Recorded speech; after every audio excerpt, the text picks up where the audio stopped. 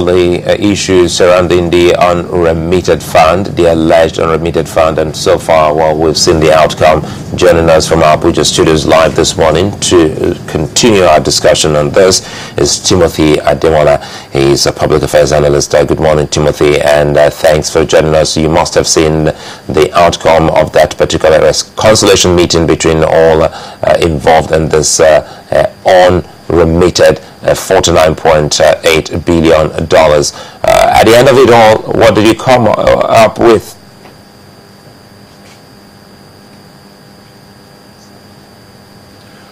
Well, good morning, Sulaiman. Thank you for having me. Though the last part I didn't get it, but I got the beginning of what you are saying. Let me start by saying that this issue is very important.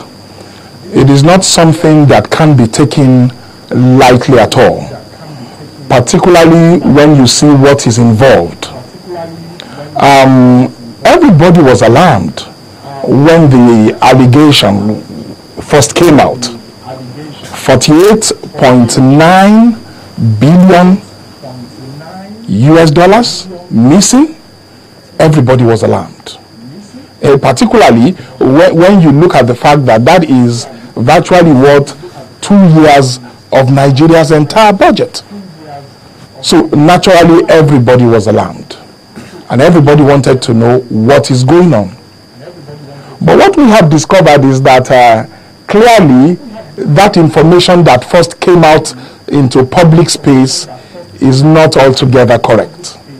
I'm sure you have seen what happened in the last press conference jointly addressed by the Chief Minister of the Economy, the Central Bank Governor, and the others. What has eventually come out, and I'm very glad that now we are seeing the light, because you see, as a civil society person, I myself was really alarmed and surprised. How can a government agency trusted with such grave responsibilities as providing virtually 80% of the money running our economy, how can they not account for such amounts of money? But what we have seen right now is that all the money that is in dispute, the entire 8 trillion, has been accounted for. What is now being said is that around 1.7, that's the 10.8 billion, is what must be reconciled. And the explanation that has come out for that also is necessary for us to just look at that very quickly. The explanation is this, that there is a cost to what NNPC is doing for Nigeria. Now, I'm not a spokesman for NNPC, but there is something I have noted. Because when the report first came out, it was said clearly that these missing funds cover the period of January of 2012 to the period of July this year. That's 19 months on the total. Now, for the 19 months now, NNPC is saying that something must be factored in. And then I have looked at that very critically. There is a cost to, of course, maintaining constant supply of oil to Nigeria. And this is always all over the media. Nigerian pipelines are vandalized on a daily basis. Even our inland storage facilities are vandalized. Now, to keep Nigeria wet, to keep our stations wet, to make sure that we have constant fuel supply, what is now being done is that the NNPC is now stocking fuel on the sea, keeping 32 days sufficiency. At any point in time, 32 days of sufficiency of oil for the entire Federal Republic is being maintained. And there are certain issues we must use this little opportunity to address. When NNPC is maintaining 32 days of sufficiency, there are certain costs to it. One of the clear costs to it is the fact that security must be provided for this volume of fuel that is being kept on the high sea. I was actually, yesterday, I was on to one of my friends who is within the system. I was trying to ask a question because I was a little bit confused about that. I said that it is being claimed that you are subsidizing, the cost of security for this fuel. Now, if you are doing that, the security agencies that are statutorily given the duty of securing this fuel, and they have budgetary provisions for it, how come you still need to put money into it?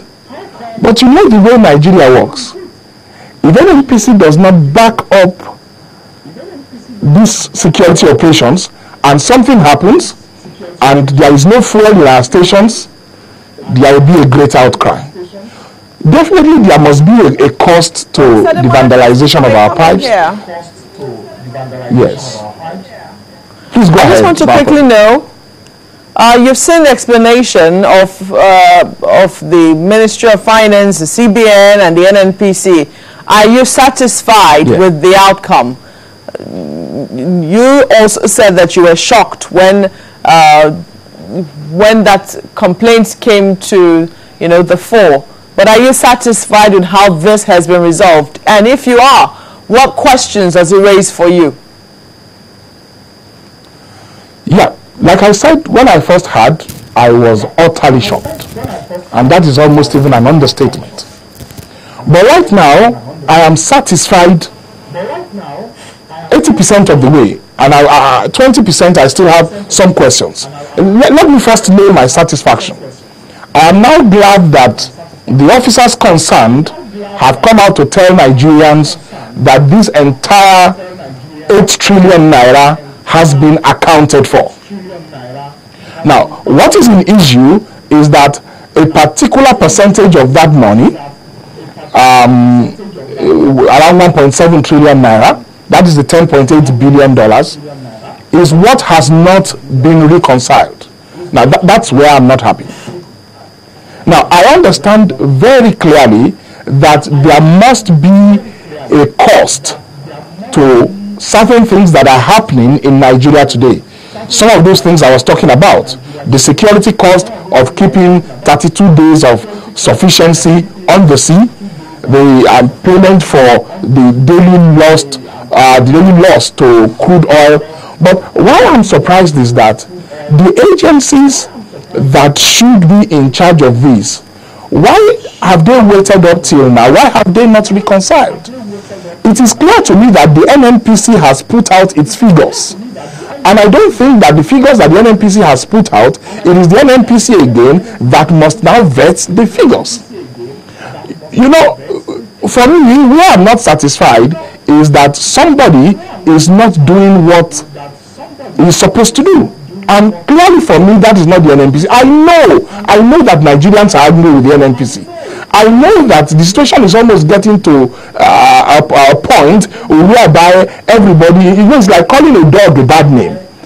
Because of what is happening in the Federal Republic, everybody seems to need a scapegoat, and NNPC seems to be the easy option. But my concern is that we must look at the facts. Nigeria has become too sophisticated for us just to scapegoat people. Because in doing that, we may actually be leaving the culprit running around the streets, whilst the people who are rendering some service may be the ones that we are now persecuting. And Nigeria cannot afford that.